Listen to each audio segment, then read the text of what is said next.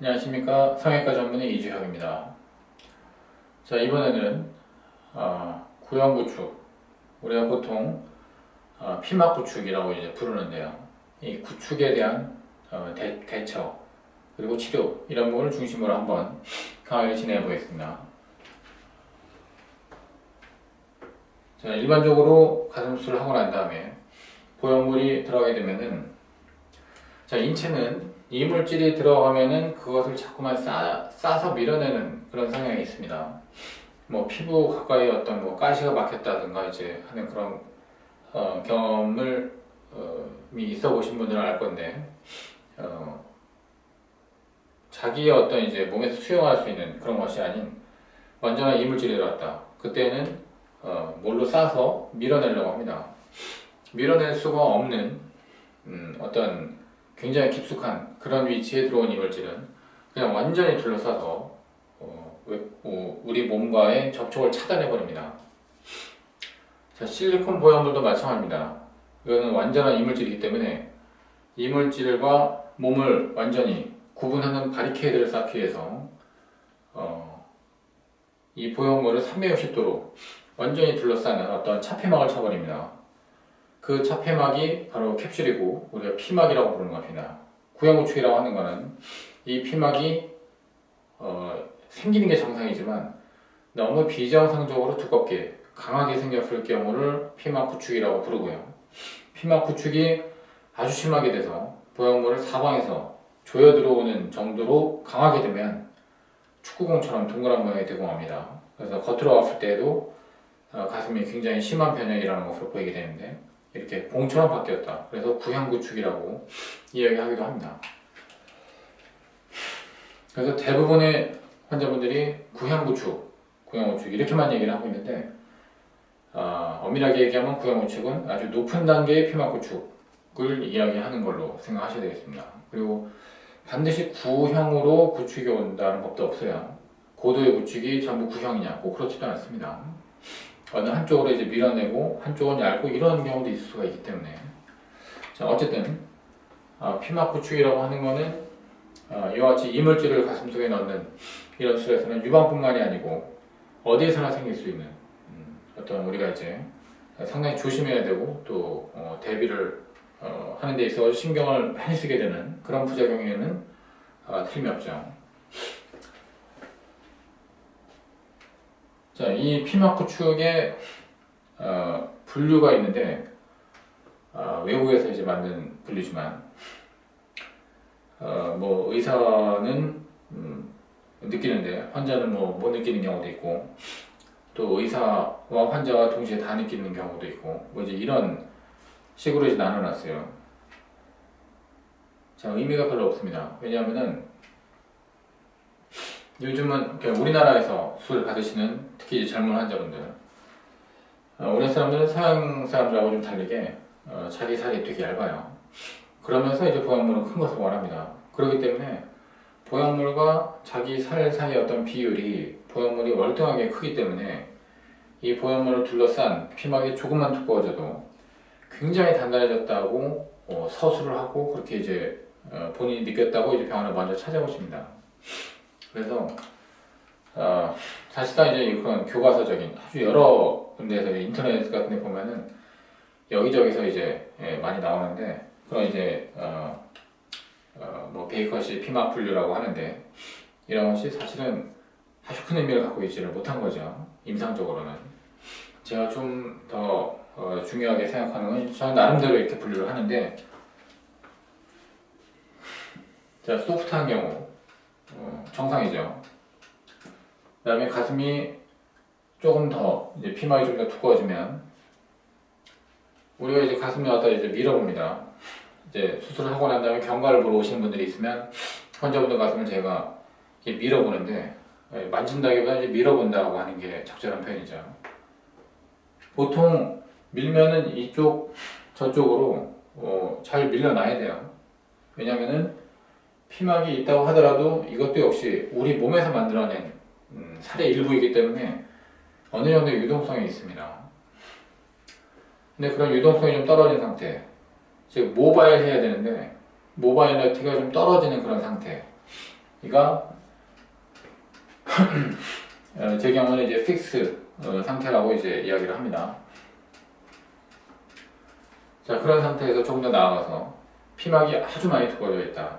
그때는 모바일 너트도 떨어져 있을 뿐더러 그냥 만져봐도, 그러니까 밀지 않고 그냥 만져봐도 단단하구나 라고 하는 거를 느끼게 되는 상태이겠습니다. 이제 펌하다 이렇게 얘기를 하고, 자, 거기서 좀 더 나아가서 모양도 뒤틀릴 정도로 돌멩이처럼 딱딱하구나, 이건 그냥 딱딱하다라는 그 말 한마디로 설명이 다 되는 그런 상태도 있을 수 있습니다.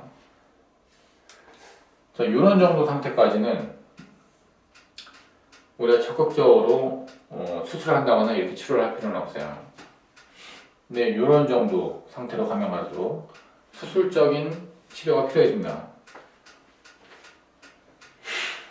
자, 수술에는 여러 가지 방법이 있는데 환자의 상태와 또 1차 수술에서 절개를 했었던 그 부위, 이런 것들에 따라 가지고 몇 가지 방법 중에서 선택을 하게 됩니다. 자, 가장 단순한 것은 피막을 터주는 것이죠. 자, 빨간색으로 된 것이 피막이고 파란색이 보형물인데, 이 피막을 이렇게 터주어서 좀 더 보형물이 그 속 안에만 갇혀있지 않고 우그러지지 않고 좀 더 숨을 쉴 수 있게 공간을 열어주는 것, 이거를 피막 터주는 방법으로 설명합니다. 자, 밑주름산 절개를 했을 경우 얘는 이렇게 들어가가지고 아래쪽을 터주는 건 일도 아니죠. 굉장히 얘기가 쉬워져요.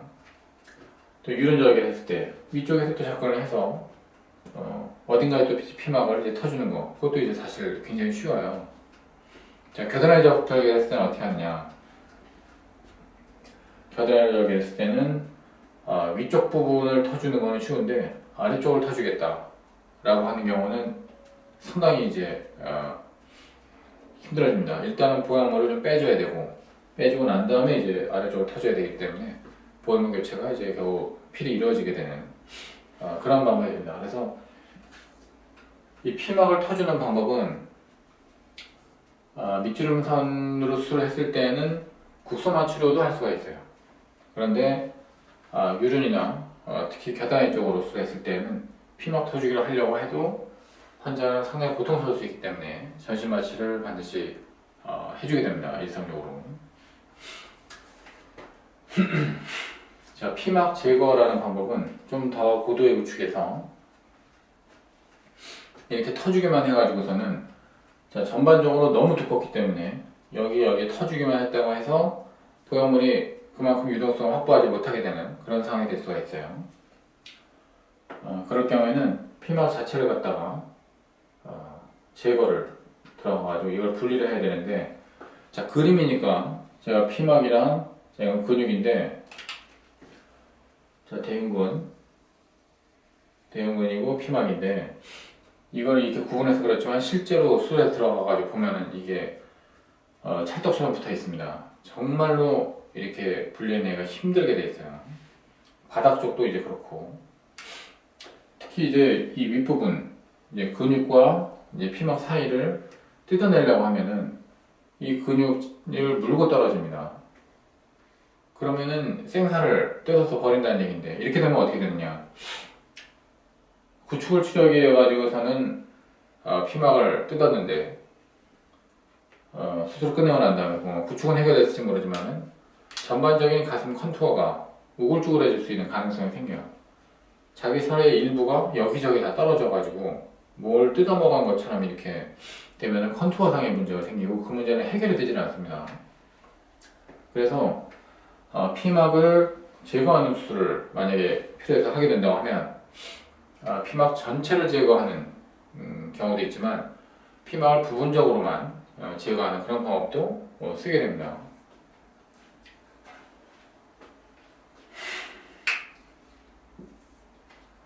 자, 구축이 정말 너무 이거는 말도 안 되게 심하게 왔다, 이거 안 될 것 같다 라는 생각이 드는 경우, 얘는 평면 전환을 하는 방법을 쓰게 돼요. 1차 수술에서 지금 이거는 이중평면인데 보시다시피 이중 편면 역시 대부분의 보형물 면적은 근육 밑에 있습니다. 그래서 지금 이 피막이 너무 세게 만들어져 있다면 꺼내서 이 플레이는 버리고 근육 위쪽으로 새로운 공간을 만들어서 그쪽에다 보형물 넣는 식으로 판을 새로 짜는 거죠. 그렇게 해서 구축을 피해가는 방법도 있습니다. 자, 어떤 방법을 쓰든지 간에 구축 수술은 이와 같이 현재 어떤 상태를 보고서 의사가 냉정하게 판단을 하고 이 중에 어떤 것을 선택할지 굉장히 심각하게 심사숙고를 해서 결정을 해야 됩니다. 그래서 의사와 환자 간의 신뢰관계가 되게 중요해요.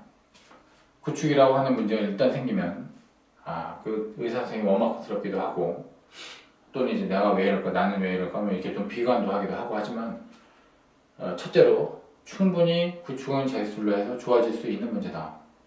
둘째는 의사와의 상호 커뮤니케이션이 굉장히 중요하고 의사 선생과 환자 간의 신뢰가 있어야지 또 의사도 환자 눈치를 보지 않고 가장 좋은 결과를 낼 수 있는 그런 방법을 선택해서 플랜을 짜서 실행할 수 있게 되는 겁니다. 자, 이렇게 저렇게 막 이렇게 했는데 구축이 재발하는 분들이 있어요.